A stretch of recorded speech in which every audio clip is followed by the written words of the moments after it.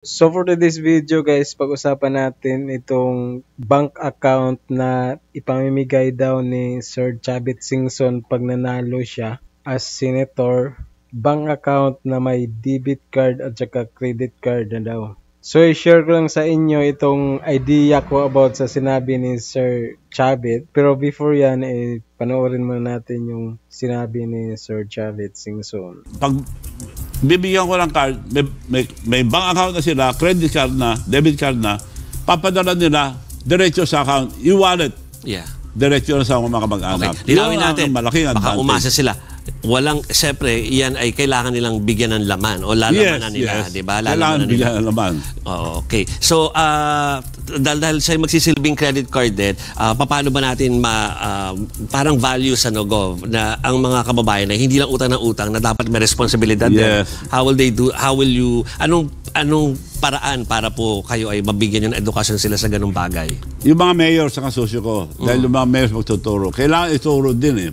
Dahil hindi pa sila marunong, dahil bago lang ngayon ng credit card sa kanila, ituturo kung paano. Yeah, so, ang credit card lang ginawa ko, debit card. Kung gusto nilang gamitin, maglagay lang to any bank. Magdeposito lang doon ang pondo nila, yun ang pera nila sa bank account, sa credit card nila or debit card. Doon magagamit na nila mas ano, pambayad sa national, pambayad sa electric bills, national, any kind of payment. Ito nga akin, pati US Visa, pwede ka maglagay dito eh.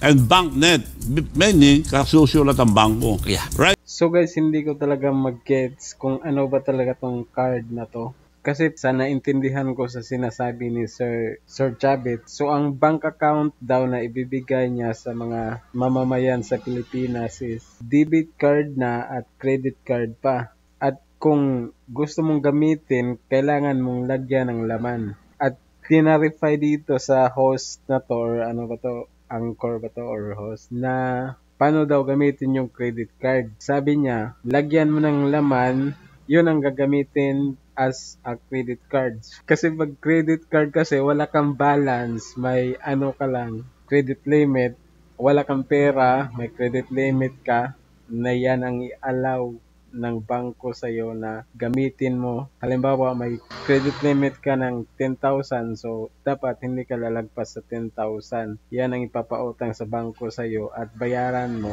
sa due date. 1 month yan usually. So, pag debit card kasi, pag may pera ka sa bangko, may card ka, yung debit card, pag ginamit mo yun, pang swipe, may babayaran ka online, makakaltas doon sa current balance mo. So, yun ang debit card. Pag credit card kasi, wala kang current balance or wala kang pera na ipapasok doon sa bangko mo. May certain credit limit ka lang na gagamitin mo siya, pwedeng pambayad pag bumili ka or magbayad ka ng bill. So, yan ang credit card. Kasi, ang pagkakaintindi ko dito, debit card pa rin siya. Paano magiging credit card kung magpapasok ka ng pera, tapos pag binayad mo, yun ang kakaltas. So, debit card siya, hindi siya credit card. So, sinasabi kasi ni Sir dito na credit card siya dahil pwede gamitin nationwide, pwede gamitin abroad, pwede gamitin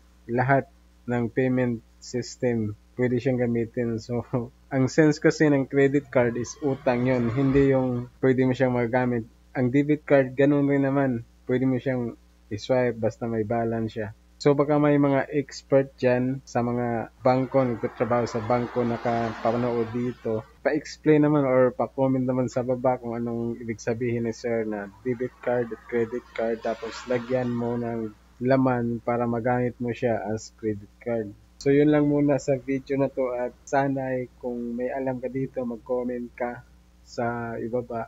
At kung hindi ka pa nakapag-subscribe, pa-subscribe naman.